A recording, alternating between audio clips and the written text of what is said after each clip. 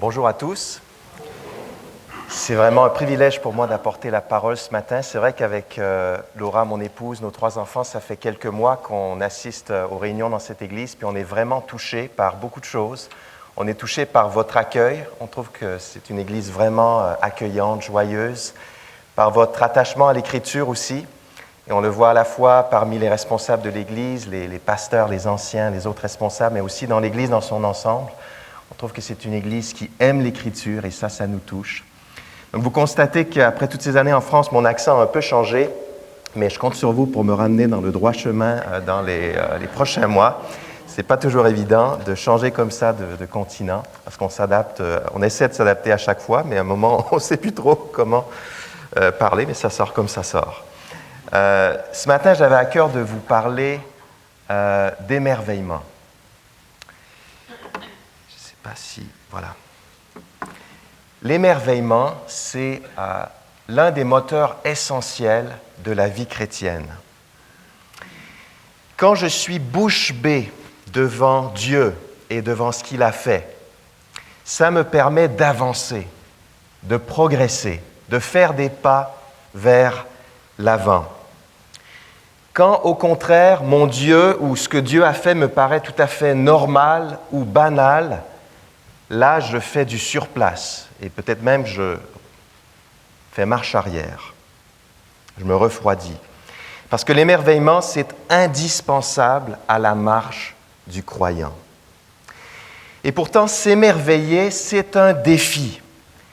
On n'arrive pas toujours à s'émerveiller aussi facilement que ça.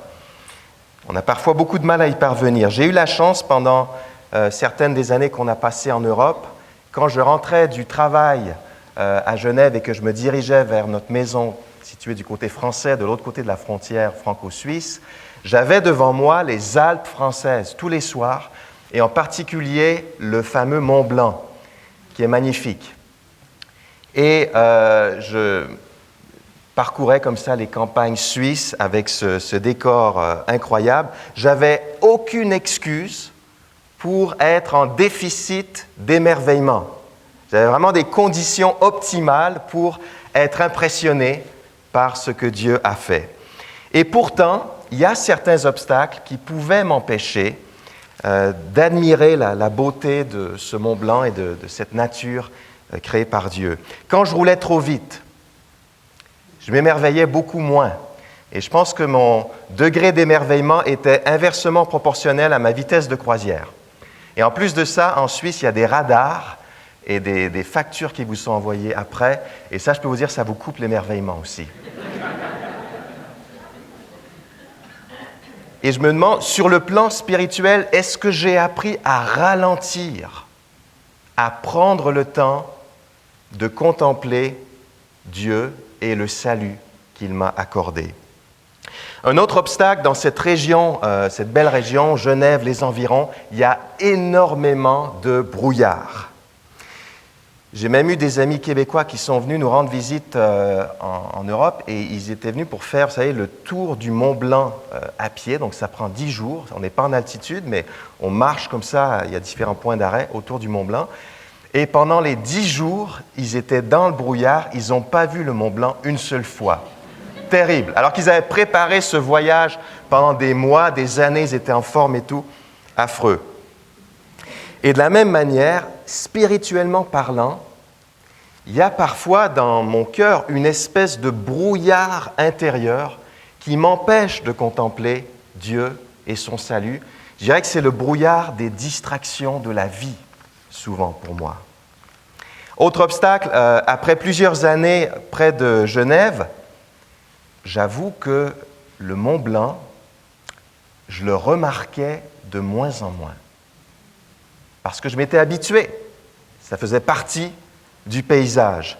Et je me pose la question, est-ce que le salut de Dieu, parce qu'on me l'a présenté il y a longtemps, peut-être parce que j'ai grandi dans une famille chrétienne, c'est devenu quelque chose de normal? Juste à côté du Mont Blanc, vous pouvez monter par téléphérique jusqu'à l'Aiguille du Midi. où la vue est absolument imprenable. Il y a des gens de partout dans le monde qui sont là, qui prennent des photos pendant 1 heure ou 2, qui discutent, qui admirent tout simplement la vue. Et je me demande, qu'est-ce que ces gens se disent s'ils retournent à l'Aiguille du Midi une 2e fois, une 3e fois, une 4e fois? Est-ce qu'ils se disent « Ah, c'est vraiment dommage, ça n'a pas changé depuis la dernière fois. »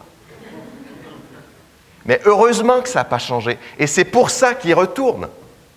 Et de la même manière, heureusement que le salut que Dieu nous a accordé est le même, qu'il n'a pas changé, mais il y a peut-être des aspects de ce salut qu'on n'a pas encore appréciés à leur juste valeur. Conscient de ces obstacles, et il y en aurait certainement beaucoup d'autres, je vous propose de relever avec moi le défi de l'émerveillement dans les prochaines minutes et d'inviter vraiment le Saint-Esprit à illuminer les yeux de notre cœur afin que le salut de Dieu, qui a été conçu dans l'éternité passée, puisse nous paraître plus merveilleux et plus réel que jamais. On a besoin de retourner à l'Aiguille du Midi et j'aimerais lire Éphésiens 2, les versets 1 à 10. On va monter dans le téléphérique ce matin. Éphésiens 2, 1 à 10. Autrefois, vous étiez morts à cause de vos fautes et de vos péchés. Par ces actes, vous conformiez alors votre manière de vivre à celle de ce monde et vous suiviez le chef des puissances spirituelles mauvaises, cet esprit qui agit maintenant dans les hommes rebelles à Dieu. Nous aussi, nous faisions autrefois tous partie de ces hommes. Nous vivions selon nos mauvais désirs d'hommes livrés à eux-mêmes et nous accomplissions tout ce que notre corps et notre esprit nous poussaient à faire. Aussi étions-nous par nature voués à la colère de Dieu comme le reste des hommes. Mais Dieu est riche en bonté. Aussi, à cause du grand amour dont il nous a aimés, alors que nous étions spirituellement morts à cause de nos fautes, il nous a fait revivre les uns et les autres avec Christ. C'est par la grâce que vous êtes sauvés.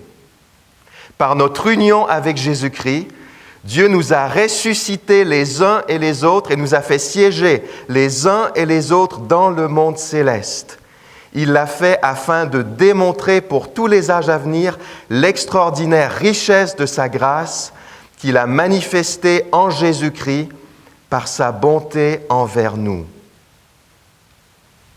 Car c'est par grâce que vous êtes sauvés, par le moyen de la foi. Cela ne vient pas de vous, c'est un don de Dieu. Ce n'est pas le fruit d'œuvres que vous auriez accompli. Personne n'a donc de raison de se vanter. Ce que nous sommes, nous le devons à Dieu, car par notre union avec Jésus-Christ, Dieu nous a créés pour une vie riche d'œuvres bonnes qu'il a préparées à l'avance afin que nous les accomplissions. J'aimerais prier. Seigneur, on te supplie de nous parler par ta parole. Tu connais les besoins, la situation de chacun, de chacune. Chose certaine, on a tous besoin de te voir et d'être émerveillés par ton salut. Et c'est la raison pour laquelle on te supplie par l'Esprit de permettre ce matin un tel émerveillement. Parce que nous, on ne peut pas le produire. Au nom de Jésus. Amen. Par ce texte, Dieu veut nous émerveiller par la puissance qu'il a déployée en nous sauvant. Et pour être émerveillé par cette puissance divine, il nous faut réaliser 3 choses. Premièrement, ce que nous étions. Deuxièmement, ce que Dieu a fait pour nous. Et troisièmement, ce que nous sommes devenus. Premièrement, ce que nous étions, et ce sont les versets 1 à 3 qui nous disent ce que nous étions. Dans ces versets, Paul décrit l'humanité entière sans Christ, l'être humain quand il est laissé à lui-même. Paul nous parle de ce qu'on était vraiment avant d'avoir été secouru.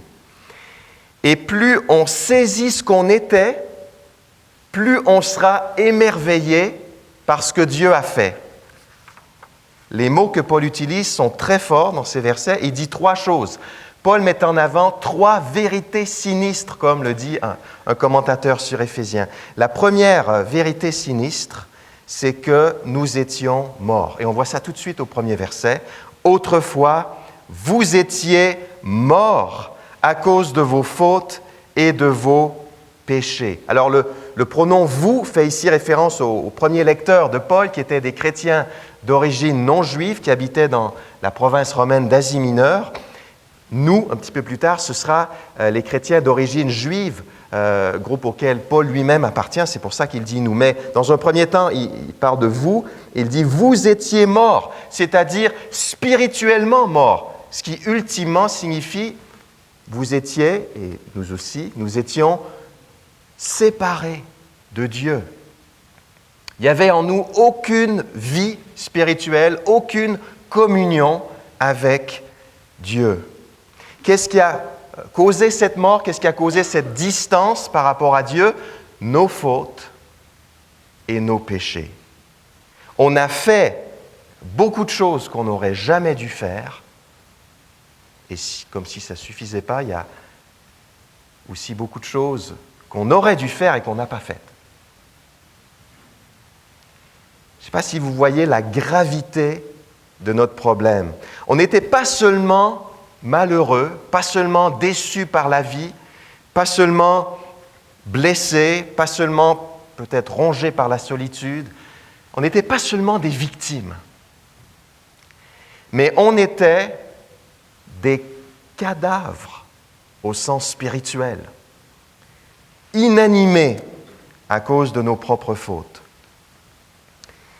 À la fac de théologie où j'ai fait mes études aux États-Unis, il y a un prof de prédication qui avait l'habitude de faire vivre une expérience mémorable à ses étudiants à un moment pendant le semestre. Je n'ai pas fait partie de ce cours, mais j'en ai entendu parler.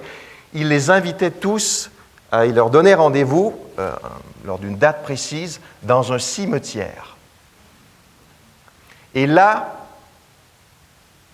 les étudiants se trouvaient devant les tombeaux et il leur disait « Allez-y, prêchez ». Et il était très sérieux, ce monsieur. Il ne fallait pas rigoler. Et donc là, les étudiants se regardaient, puis ils regardaient pour voir s'il y a d'autres personnes qui passaient par là. Ils prenaient leur courage à 2 mains, puis bon, ils annonçaient un petit résumé de l'Évangile, timidement. Et évidemment, il ne se passait pas grand-chose. Quel était l'objectif du prof? Il voulait leur faire prendre conscience que quand on s'adresse à des non-croyants, on parle à des personnes qui sont spirituellement mortes. Et à moins que l'Esprit de Dieu n'intervienne pour procurer la vie, il ne va absolument rien se passer. Alors l'objectif, ce n'était pas de traumatiser les étudiants, ça je pense que c'était plus un effet secondaire de l'expérience. Mais la leçon était quand même très forte. Dieu seul peut donner la vie, pas nous. Nous étions morts. Deuxièmement, nous étions esclaves. Des cadavres esclaves. Et on était esclaves de 3 influences. Le monde, le diable et nous-mêmes, dans ces versets. D'abord, esclaves du monde, verset 2, par ces actes, vous conformiez alors votre manière de vivre à celle de ce monde. Littéralement, en grec, vous marchiez autrefois, selon le cours de ce monde. Paul sollicite ici l'image de la marche, et la marche, c'est quelque chose qui exprime un style de vie, d'où la traduction que j'ai lue. Vous conformiez alors votre manière de vivre, votre marche, à celle de ce monde. Et le monde ici, ce ne sont pas tout simplement toutes les personnes qui nous entourent, mais c'est ce grand système de valeurs opposées à Dieu. Le monde, c'est la société qui s'organise sans Dieu. Un grand système de valeurs étranger à Dieu. C'est l'ensemble des valeurs communiquées par les raisonnements humains, qui sont parfois aussi transmises par les médias, parfois transmises par la culture populaire. Autrement dit, on pensait comme tout le monde autour de nous. On suivait la foule, on se laissait entraîner par le courant, on était incapable de résister, incapables de discerner le vrai et le faux. On était aussi esclaves, deuxième influence, du diable, toujours au verset 2, et vous suiviez le chef des puissances spirituelles mauvaises, cet esprit qui agit maintenant dans les hommes rebelles à Dieu. Donc le diable, il est décrit ici comme étant le chef des puissances spirituelles mauvaises qui sont mentionnées à quelques reprises ailleurs dans l'épître aux Éphésiens. Et il agit dans les hommes, dans les êtres humains rebelles à Dieu. On était esclaves des mensonges du diable et on marchait selon ses projets maléfiques. On le suivait, comme dit le texte. On le suivait. Troisième influence, on était aussi esclaves de soi, de nous-mêmes. Verset 3, nous aussi, alors là, nous aussi les chrétiens d'origine juive, dit Paul, mais il va mettre en réalité tout le monde sur un pied d'égalité, nous aussi, nous faisions autrefois tous partie de ces hommes. Nous vivions selon nos mauvais désirs d'hommes livrés à eux-mêmes et nous accomplissions tout ce que notre corps et notre esprit nous poussaient à faire. Dans des traductions plus littérales, c'est peut-être le cas dans la Bible que vous utilisez, on retrouve le mot « chair ». Et la chair, ici, c'est l'être humain livré à lui-même. C'est l'homme sans Dieu. Paul ne fait pas seulement référence à ce qu'on appelle parfois dans la langue française les péchés de la chair ou les péchés sexuels, non, c'est beaucoup plus large que ça. La chair, elle englobe tous nos mauvais désirs égoïstes d'être humain livré à lui-même. Ça peut être la soif de posséder. Ça peut être le désir excessif d'être reconnu, de se faire un nom sur cette terre. Ça peut être l'amertume, justement parce qu'on est livré à nous-mêmes. Ça peut être l'esprit de vengeance, l'impatience. Il y a un auteur qui a écrit sur ces 3 premiers versets, de tout temps, les versets 1 à 3, de tout temps, la mort a inspiré les artistes. Mais ce que Paul dépeint ici est plus redoutable que n'importe quel tableau. En effet, ces versets forment une fresque décrivant la mort spirituelle. On y voit des défunts qui marchent, qui vaquent à leurs occupations et qui assouvissent les désirs de leur nature pécheresse. Nous étions morts et nous étions esclaves. Et ce n'est même pas terminé, nous étions condamnés. Un peu plus loin au verset 3, aussi étions-nous par nature voués à la colère de Dieu, comme le reste des hommes. Par la nature corrompue dont on a hérité d'Adam, donc par nature, mais aussi par nos propres fautes et par nos propres péchés, nous étions destinés, voués à la colère de Dieu. Pourquoi? Parce que Dieu, le Dieu de la Bible, il est 3 fois saint. Et quand Dieu, ce Dieu parfaitement saint, voit notre rébellion, sa colère se manifeste. Non pas une colère incontrôlée, une colère irréfléchie comme nos colères humaines,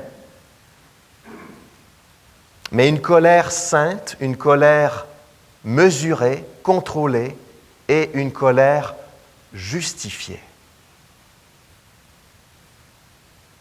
Si Dieu est vraiment Dieu et si Dieu est vraiment saint, il se doit de répondre au péché par une sainte colère. Si ce n'était pas le cas, si Dieu voyait le péché puis que ça le rendait indifférent, il cesserait d'être un Dieu saint et un Dieu juste. On avait attiré sur nous la colère terrible de Dieu, son jugement mérité, on avait tous une place réservée en enfer. On avait notre billet et notre nom était écrit sur le billet. C'était notre destination. Mais pourquoi est-ce que Paul nous dit tout ça? Alors, ça peut paraître un peu, voire très déprimant. Pourquoi ce rappel douloureux des réalités sinistres qui nous caractérisaient autrefois? Pourquoi se focaliser sur le passé? Tout simplement parce qu'on a souvent tendance à minimiser la gravité de notre ancienne condition et la gravité de la condition des non-chrétiens qui nous entourent. Après tout, on se dit, j'étais pas si mal que ça, je veux dire, j'étais dans la bonne moyenne, quand on regarde un peu. Et c'est vrai, j'étais dans la bonne moyenne des cadavres, esclaves, condamnés. Alors on se dit, il me semble que l'Évangile lui ferait vraiment du bien, ça le boosterait un peu, il me semble que ça le stabiliserait dans la vie, ça le rendrait un peu plus zen. D'accord? Peut-être. Mais surtout, l'Évangile le délivrerait de la colère de Dieu. C'est surtout ça. Voilà ce que nous étions tous, nous dit Paul, sans exception. Deuxièmement, ce que Dieu a fait pour nous dans les versets 4 à 7. Et les deux premiers mots du verset 4 ont pour but de nous étonner, de nous surprendre. Mais Dieu. Nous étions morts, nous étions esclaves, nous étions condamnés, mais Dieu est intervenu. Et j'aimerais qu'on réalise tous que dans ces versets 4 et 5, Paul fait de grands efforts pour nous convaincre que ce que Dieu a fait, ce n'était pas normal. On devrait concevoir le salut de Dieu comme quelque chose d'inattendu.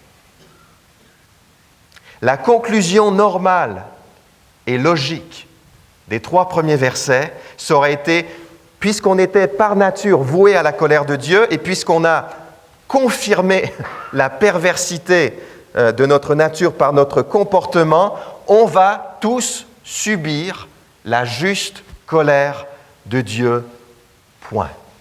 Et ça aurait été dans l'ordre des choses. Mais ce n'est pas ça ce qui s'est passé. Au verset 4, Paul évoque la bonté de Dieu. Mais Dieu est riche en bonté. Le mot plus ancien dans certaines versions, c'est la miséricorde. La miséricorde, c'est un secours inattendu et inespéré dans la détresse. Ensuite, Paul parle de l'amour de Dieu, mais en soulignant un aspect très précis de cet amour. Toujours au verset 4, aussi à cause du grand amour dont il nous a aimés, là, Paul est volontairement redondant, le grand amour dont il nous a aimés, verset 5, alors que nous étions morts à cause de nos fautes, ce qui fait écho au verset 1. Dieu a aimé des hommes et des femmes qui étaient morts par leurs fautes, qui s'étaient rebellés contre lui, qu'il avait rejeté, qu'il avait mis de côté, peut-être même qu'il avait méprisé. Et c'est ça ce que son amour a de particulier. Dieu n'a pas aimé des gens aimables, mais il a aimé des cadavres spirituels qui déjà se décomposaient et s'auto-détruisaient et qui provoquaient sa colère. Puis intervient l'élément central du passage, toujours au verset 5, « Il nous a fait revivre les uns et les autres avec Christ. » Nous étions tous morts, mais il nous a fait revivre avec Christ. Et pour s'assurer qu'on l'a bien suivi, Paul se permet d'ajouter au verset 5, à la fin du verset 5, « C'est par la grâce que vous êtes sauvés. » Est-ce qu'on entend ce que Dieu veut nous dire ce matin par les versets 4 et 5, notre salut, ce n'était pas un dû. Si Dieu nous avait laissé nous perdre, on n'aurait rien eu à lui reprocher. Par définition, le chrétien, la chrétienne, c'est une personne qui s'étonne de la bonté, de la grâce et de l'amour qui lui ont été manifestés. Pourquoi moi, Seigneur? Pourquoi tout cet amour? Et la seule réponse, c'est parce que Dieu l'a voulu ainsi, dans sa bonté. La seule réponse acceptable, c'est de l'adorer, c'est de lui exprimer notre reconnaissance. Dans le petit livre intitulé « Une vie centrée sur la croix », l'auteur, un moment, fait part de son témoignage personnel et il écrit ceci. « Je suis bien placé pour comprendre l'étonnement de Paul à l'idée d'avoir obtenu miséricorde. J'ai toujours vécu dans la même région des États-Unis et pratiquement chaque mois, je me souviens de ce que j'étais autrefois. Avant que le Seigneur me sauve en 1972, j'étais, moi aussi, comme Paul, un blasphémateur. Je vivais pour moi et pour mon plaisir personnel. J'étais rebelle à Dieu et je me moquais de ceux qui le suivaient. J'ai passé mes années d'école secondaire et d'université à m'immerger totalement dans le monde de la drogue. Parfois, tard le soir, mes amis et moi cherchions des lieux calmes et isolés où nous pouvions nous droguer sans avoir d'ennui. Plus d'une fois, ce furent des monuments de Washington ou encore le terminal d'un petit aéroport peu fréquenté où les portes restaient ouvertes longtemps après que les vols du jour aient cessé et où nous pouvions nous glisser dans des couloirs presque déserts d'un bâtiment. Parfois, je me retrouve à proximité de l'un de ces endroits et je suis submergé de souvenirs. Je me rappelle alors qui j'étais et qui je suis à présent. Souvent, les souvenirs de mes folies et de mon péché m'arrachent des larmes. Néanmoins, en même temps, mon cœur déborde d'une joie sainte et inexprimable. Je ne suis plus le même. Grâce à l'œuvre parfaite de Jésus sur la croix, j'ai reçu le pardon des innombrables péchés que j'ai commis. Et il ajoute ceci, actuellement, beaucoup de gens tentent de fuir leur passé. Je suppose que je pourrais essayer aussi en quittant la ville où tant d'endroits me rappellent mon péché, mais pour moi, vivre ici est un don de Dieu. Les rappels réguliers de mon passé me sont devenus précieux. Pourquoi? Parce qu'à l'instar de Paul, je ne veux jamais oublier la grande miséricorde qui m'a été manifestée.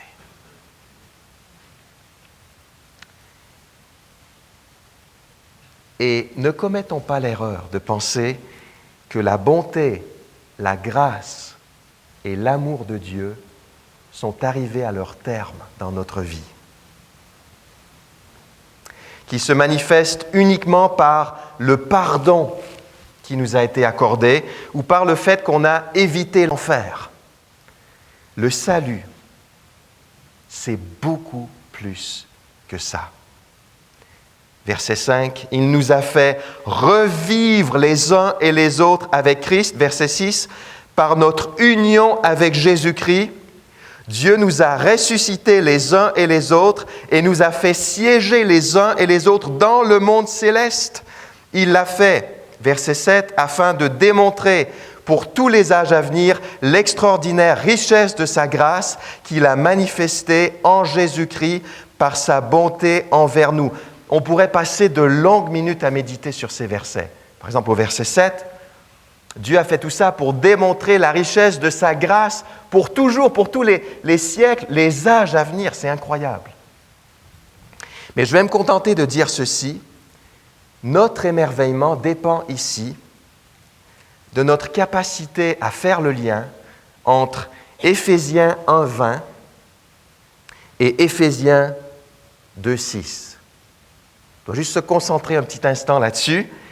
Éphésiens 1:20 affirme que Dieu a ressuscité Christ et qu'il l'a fait siéger à sa droite dans le monde céleste.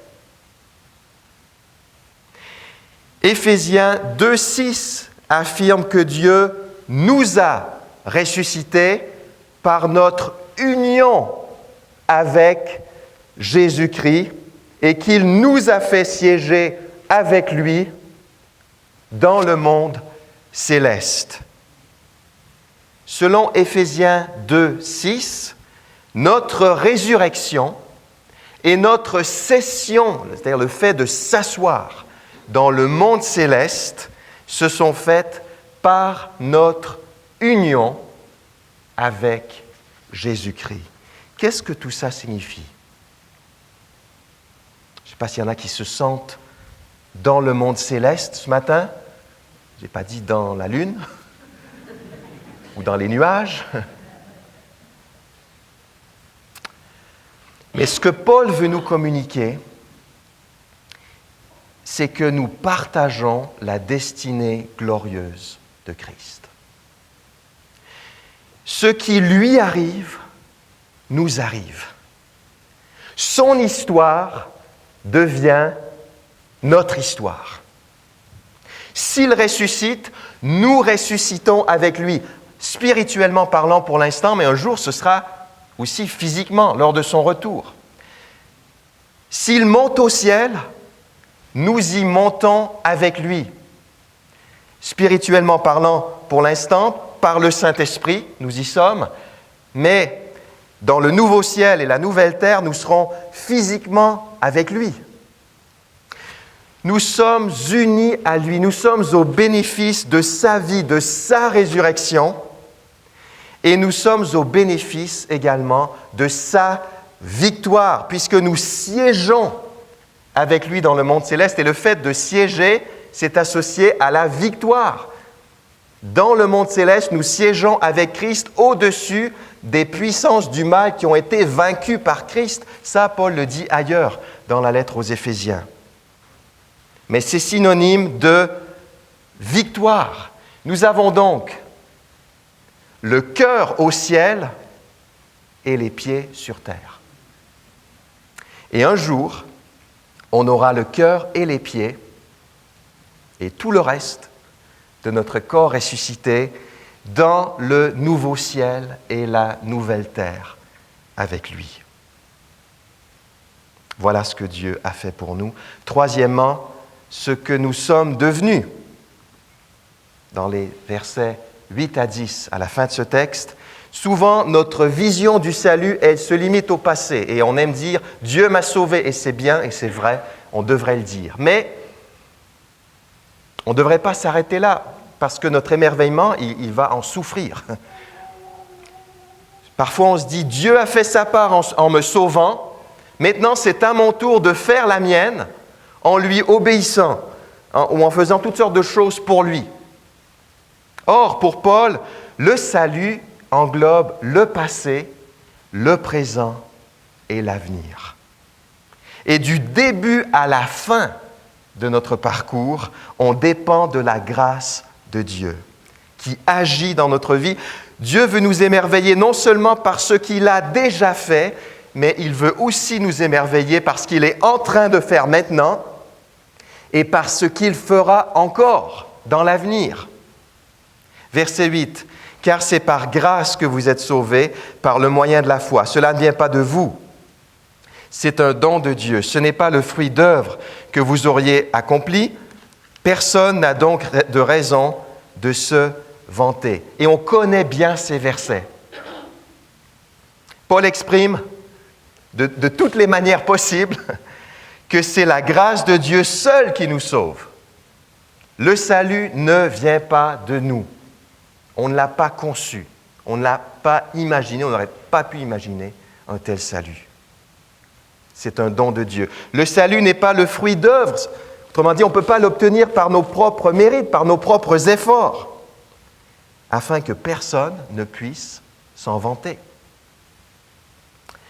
Nos privilèges ne devraient jamais être une occasion de se péter les bretelles, comme on dit. Alors, ces grandes vérités nous sont familières, versets 8 et 9, mais Paul s'empresse d'ajouter au verset 10 que la grâce de Dieu n'est pas arrivée à son terme dans notre vie. Verset 10, ce que nous sommes, nous le devons à Dieu, car par notre union avec Jésus-Christ, Dieu nous a créés pour une vie riche d'œuvres bonnes qu'il a préparées à l'avance afin que nous les accomplissions. Alors jusqu'à maintenant, Paul a décrit notre salut de plusieurs manières. Il a parlé de notre salut comme d'une résurrection spirituelle avec Christ. Il a parlé de notre salut comme d'une libération d'un esclavage terrible, comme d'un sauvetage face à la colère inévitable de Dieu. Mais ici, au verset 10, il emploie le langage de la création. De la création, pour décrire ce même salut.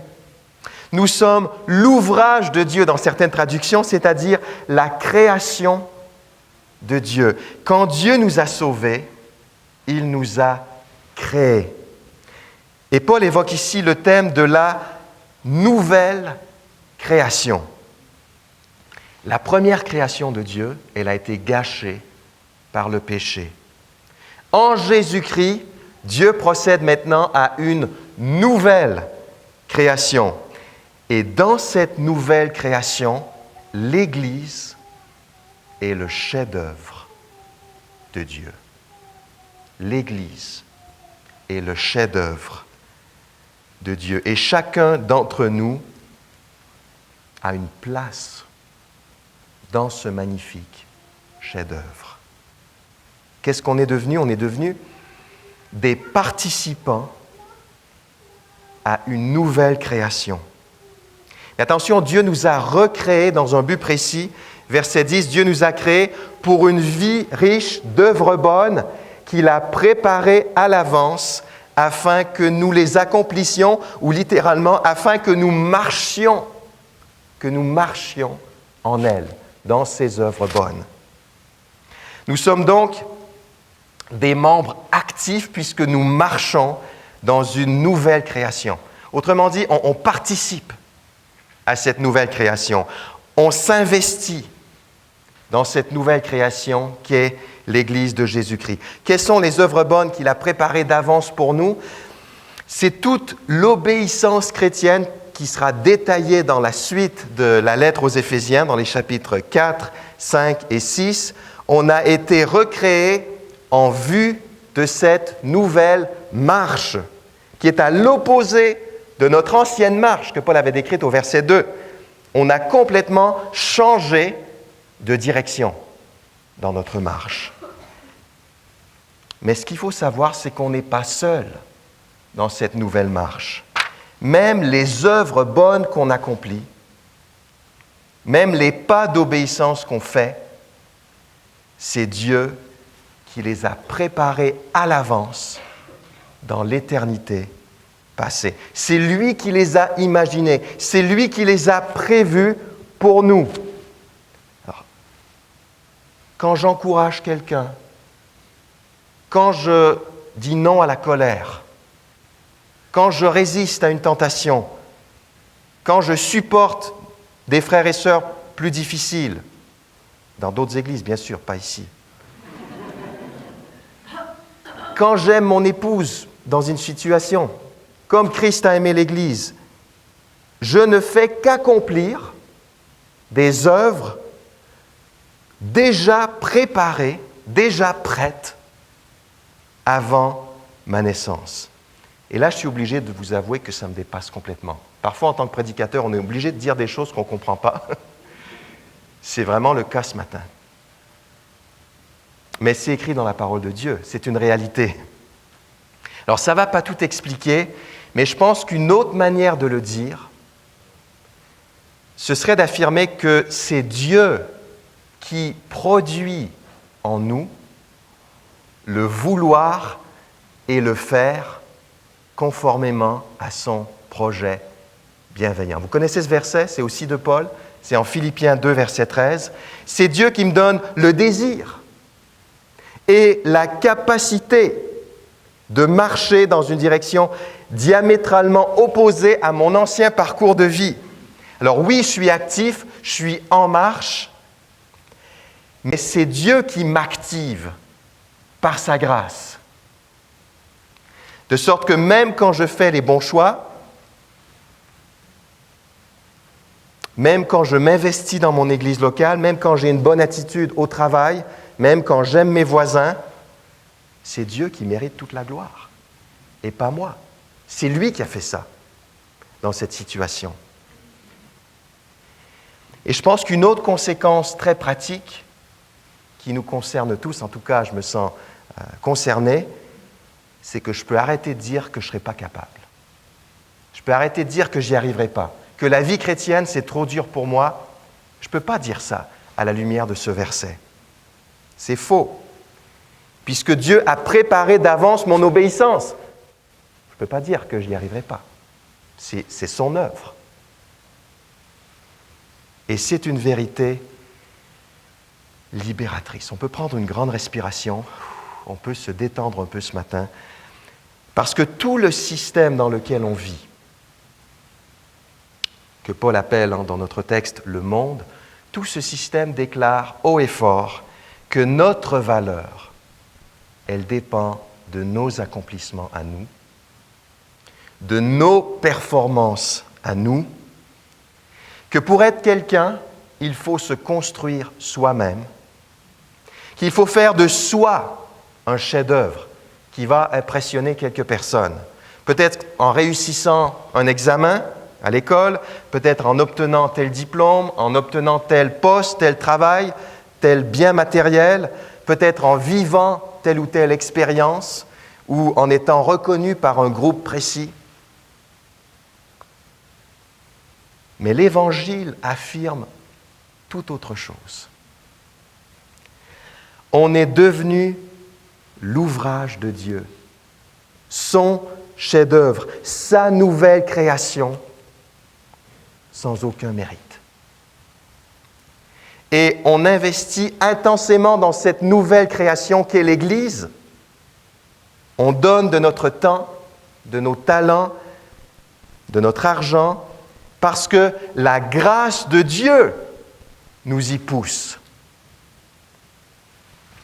On est le chef-d'œuvre de Dieu et les œuvres qu'on accomplit découlent naturellement de notre salut.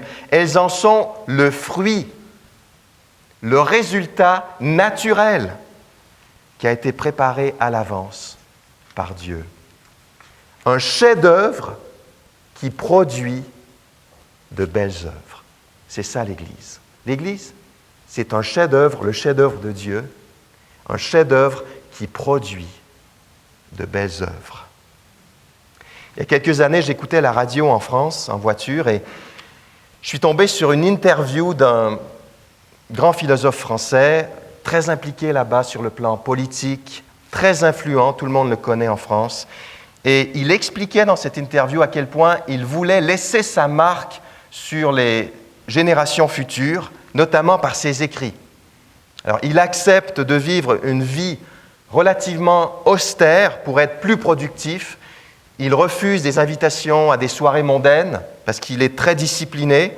Et en parlant des nombreux essais qu'il a écrits, des romans, des pièces de théâtre qu'il a composées, en évoquant aussi les institutions qu'il a créées et même les mouvements qu'il a fondés, parce qu'il a fait beaucoup de choses dans plein de domaines, cet homme a laissé s'échapper une petite phrase qui trahit toute sa philosophie de la vie. Il a dit, en parlant de ce qu'il veut laisser derrière lui, il a dit « ça, c'est une œuvre ». Ça, c'est une œuvre. Et ça aurait pu être dans d'autres domaines. Ça aurait pu être dans le domaine sportif, dans le domaine musical, par rapport à la famille, par rapport aux affaires, par rapport à une passion, un loisir.